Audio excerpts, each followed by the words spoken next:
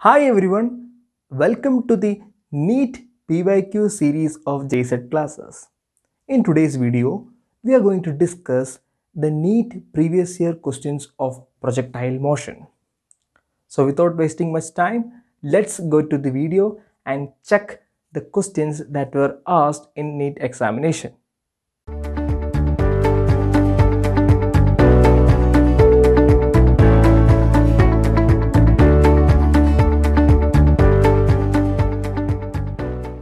Question number 1. The velocity of a projectile at the initial point A is 2I plus 3j meter per second. Its velocity in meter per second at point B is. So we are given the velocity of the particle at point A and we are asked to find out the velocity of the same particle at the point B. So options are given, and this is a question that is asked in 2013. So please take down the question and try to do the question. After that we will solve the answer. Have you got the answer? If not, let's try. So we are given a projectile motion.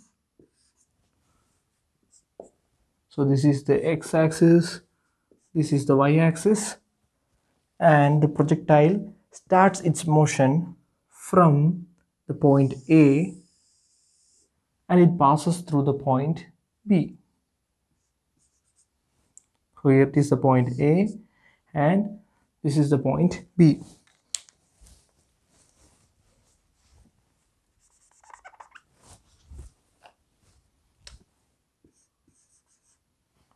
So we are given the velocity at A. So velocity at A is given as 2I plus 3j meter per second. And we are asked to find out the velocity of the particle at point B. So let's analyze what is this VA. As you know, the projectile motion is a two-dimensional motion. So it contains a motion in through the x-axis and also a motion in the y direction. So projectile motion is a two-dimensional motion. So it contains a motion in the x direction and also a motion in the y direction. So what are these components 2i and 3j? So these are actually the x component and y component of the velocities. So this is ux, that is the x component of velocity, and this is uy, that is the y component of velocity. So these are the, at point A means these are the initial velocities. At A it has an x component of velocity 2i and the y component of velocity is 3j. So we have a horizontal component 2i and vertical component 3j. But as we know, in a projectile motion, the horizontal component always remains constant and only the vertical component only changes its value. So the horizontal component remains constant and the vertical component changes its value. So as it moves upward, let's take a point here. So here also the horizontal component remains constant, that is 2i, and the vertical component decreases. It becomes 2j. And as it goes upward, again the horizontal component remains constant and the vertical component again decreases. So it becomes j. And as it reaches the topmost point, what happens is the horizontal component remains the same. Here also the horizontal component is 2i, but the vertical component becomes 0. That is the y component of velocity vy is equal to 0 at its maximum height. And as it goes downward, what happens is here also the horizontal component remains constant. The vertical component start to increase, but in the opposite direction. So here it becomes minus j cap, and at this point the horizontal component is still 2i, but the vertical component is minus 2j cap. So as you see, the projectile motion is a symmetrical motion with respect to the y-axis. So here the velocities of y components are same in magnitude here, but the direction is opposite. So at B also what will we have is the horizontal component of velocity 2i remains constant, and the vertical component of velocity remains same in magnitude, but it will be having an opposite direction. So the vertical component of velocity's value is minus 3j. So what is the velocity at point B? So velocity at B is equal to 2i minus 3j meter per second. So this is the velocity at point B. So the correct option is option A, 2i minus 3j. So I think you have understood this. So please take it down and let's move to the next question. Question number 2. The speed of a projectile at its maximum height is half of its initial speed. Then the angle of projection is. So we have given the relationship between the speed of a projectile at its maximum height and its initial speed, and we are asked to find out the angle of projection. So 4 angles are given, so we have to find out which of these is the angle of projection using this relationship. So this is a simple question.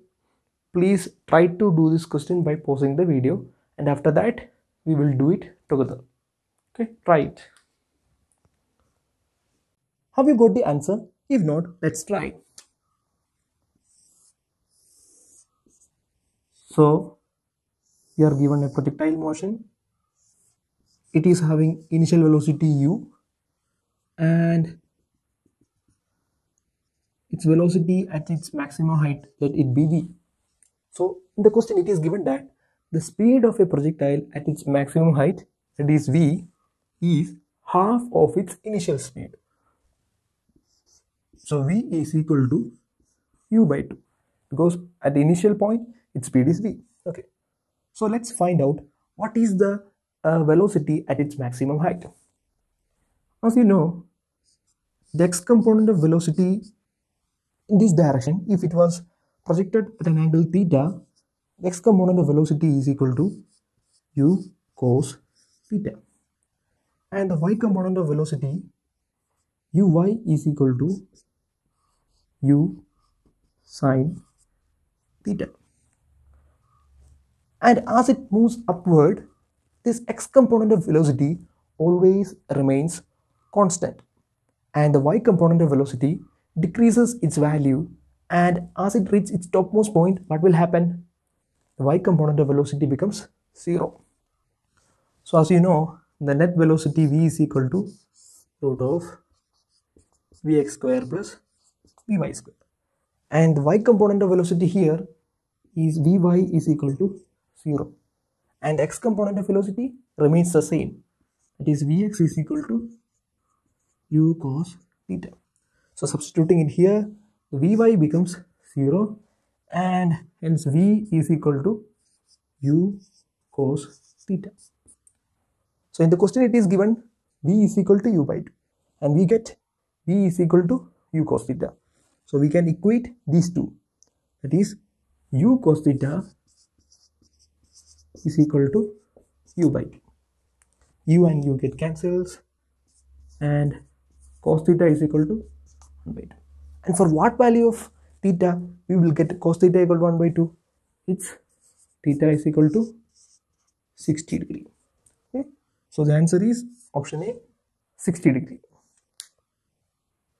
So let's go to the next question. The next question is question number 3. For angles of projection of a projectile at angle 45 degree minus theta and 45 degree plus theta, the horizontal range described by the projectile are in the ratio of. So, two angles of projection are given here.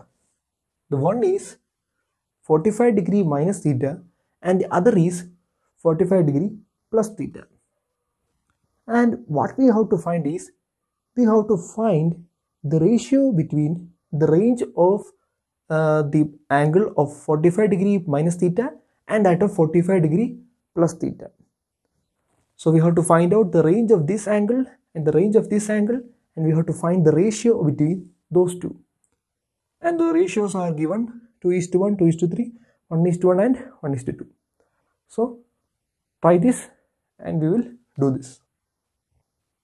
We are given here theta 1 is equal to 45 degree minus theta and theta 2 is equal to 45 degree plus theta. So what are the specialities of this angle? If we add both these, we will get 90 degree, right? 45 plus theta plus 45 minus theta. So theta and theta cancels and 45 plus 45 gives 90 degree. So what are these angles? These are complementary angles. So we are asked to find out the ranges of the ratio of the ranges of two complementary angles. That is R of 45 degree minus theta is to R of 45 degree plus theta. So I am going to replace this 45 minus theta and 45 plus theta with in another form. That is R of theta is to R of 90 minus theta.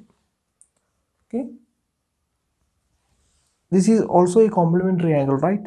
Theta and 90 minus theta. If we add these, we will get 90 degree. So what is R of theta? It's u square sine 2 theta divided by g. And what is R of 90 minus theta? We have to put this 90 minus theta instead of theta. So we will get u square sine 2 into 90 minus theta divided by g. So what is sine 2 into 90 minus theta? So we have to bring this 2 inside and we will get sine 180 minus 2 theta. So what is sine 180 minus 2 theta? Sine 180 minus theta is sine theta itself. So here instead of theta we have 2 theta. So sine 180 minus 2 theta is 2 theta. And it's in the second quadrant. So it will be positive. So we can substitute it here and we will get u square sine 2 theta divided by g is to u square sine 2 theta divided by g. So both of these are equal. So these will get cancelled and the ratio will be equal to 1:1. So we have to understand that the ratio of the ranges of two complementary angles is always 1:1, or r theta is equal to r of 90 minus theta. So the ranges of two angles which are complementary are equal. So we can say r of 45 degree will be equal to r of 45 degree. R of 30 degree is equal to r of 60 degree. That is 30 degree and 60 degree will have same ranges. For any two complementary angles, the ranges will be always same. So that's the answer. So please take it down. The fourth question is, two particles are projected with same initial velocities at angles 30 degree and 60 degree with the horizontal. Then the heights will be equal, the ranges will be equal, the time of flight will be equal, the ranges will be different. So this is a question that is similar to the third one. So the answer is, we know that the ranges of the complementary angles are same. So the answer will be, the ranges will be equal. So the option B is the correct answer. So take it down. So the fifth question is, a missile is fired for the maximum range with an initial velocity of 20 meter per second. If g is equal to 10 meter per second square, then the range of the missile is. So we are asked to find the range of the missile, and it is given in the question that the missile is fired for its maximum range. So we know that range r is equal to u square sine 2 theta divided by g, and when the angle is theta is equal to 45 degree, sine 2 theta becomes sine 90 degree, and we will get the maximum value of range. This r max is equal to u square by g. So what is the value of initial velocity? It's 20. Therefore 20 square divided by g. G is 10. Therefore it is equal to 400 divided by 10. So that's equal to 40 meter.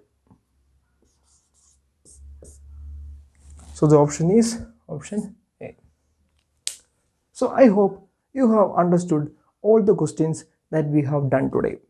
So these were some little bit easy questions. So in the part 2 of the video, I will do more questions that were asked in the NEET exam. So let's wait for the part 2 video. Until then, please practice more and more problems and try to solve different problems. Revise your chapters. Also with physics, do chemistry and biology. So wish you all the best. God bless you all. So let's see you in part 2 of projectile motion. Thank you.